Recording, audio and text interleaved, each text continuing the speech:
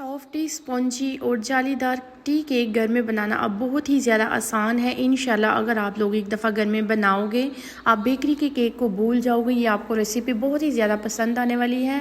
Recipe अगर अच्छी लगे तो लाइक ज़रूर कर दें और नूर्स किचन को सब्सक्राइब ज़रूर कर दें। रेसिपी स्टार्ट करते हैं। बिस्मिल्लाहिर्रहमानिर्रहीम। अस्सलाम वालेकुम। कैसे हो आप सब? ठीक होंगे, खैरियत से होंगे। अल्लाह पाक खुश रखे, आबाद रखे। फ्रेंड्स, यहाँ पर मैंने ले लिए हैं 4 अदद अंडे हैं मेरे पास, जिनको मैंने एक ब्लेंडिंग जार में डाल देना है। और कप इसमें चीनी का जाएगा, कप आपने सेट कर लेना है जिससे आपने मैदा मैयर करना है। उसी कप से आपने ऑयल डालना है, उसी कप से आपने चीनी डाल देनी है। कप इसमें दूध जाएगा। दूध डालने के बाद एक कप ही मैंने इसमें कुकिंग ऑयल का डाल देना है। मेजरमेंट का आपने ख़ास ख्याल रखना है। सारी चीज़ें डालने के बाद इसको ब्लेंड कर लेना है तकरीबन 4 से 5 मिनट तक, ताकि अच्छी तरह से ये ब्लेंड हो जाए। यहाँ मैंने ले लिया है 2 कप मैदा। मैदे को हमने अच्छी तरह से छान लिया है ताकि इसमें कोई कचरा वगैरह ना रहे। हाफ़ टी स्पून इसमें जाएगा बेकिंग पाउडर का, 1 पिंच इसमें बेकिंग सोडा, मीठा सोडा डाल दिया है, और 1 पिंच ही इसमें वनीला एसेंस का जाएगा। सारी चीज़ें डालने के बाद अच्छी तरह से मिक्स कर लेना। हमने जो बैटर इसका तैयार किया था वो भी डालने के बाद अच्छी तरह से चम्मच को चलाते जाना है ताकि इसमें कोई गुठली वगैरह, लम्स वगैरह ना रहे।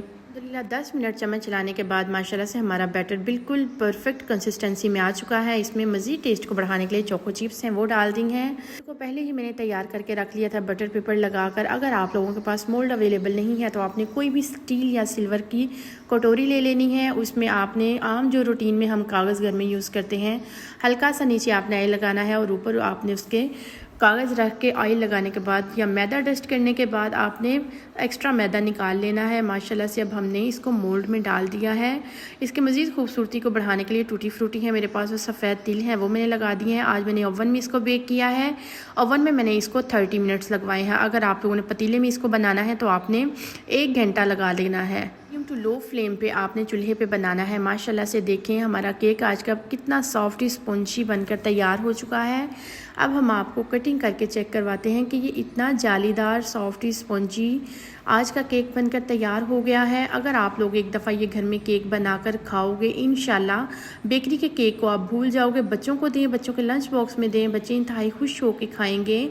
आप चाय के साथ सर्व करें, कोल्ड ड्रिंक के साथ सर्व करें, मेहमान इंतहाई खुश हो जाएंगे और घर वाले भी इस रेसिपी को बहुत ही ज़्यादा इंजॉय करेंगे। रेसिपी अगर इस पॉइंट पर ज़रा सी भी अच्छी लग रही हो तो लाइक ज़रूर कर दें और नूर्स किचन को सब्सक्राइब ज़रूर कर दें। बेल आइकन को ज़रूर प्रेस करें ताकि मेरी हर आने वाली नई से नई आसान से आसान वीडियोस का नोटिफिकेशन आपको सबसे पहले फ्री में देखने को मिले। उम्मीद है आज की रेसिपी आप लोगों को बहुत ही ज़्यादा पसंद आई होगी।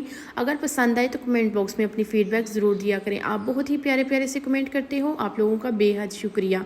और मेरी रेसिपीज़ को देखते हो, मेरे चैनल का विज़िट करते हो, आप लोगों का और भी ज़्यादा शुक्रिया। इसी तरह मेरे साथ जुड़े रहें ताकि मैं आसान से आसान रेसिपीज़ आप लोगों के साथ शेयर करती रहूँ। चैनल पे मैंने बहुत ही ज़्यादा आसान से आसान रेसिपीज़ अपलोड की है। उम्मीद है आप लोगों को बहुत ही ज़्यादा पसंद आएंगे। किचन में अवेलेबल चीज़ों से तैयार करके रखी हैं। रेसिपी अगर अच्छी लगे तो लाइक करो, शेयर करो, सब्सक्राइब करो। ओके जी, अल्लाह हाफिज़। दुआओं में याद रखिएगा।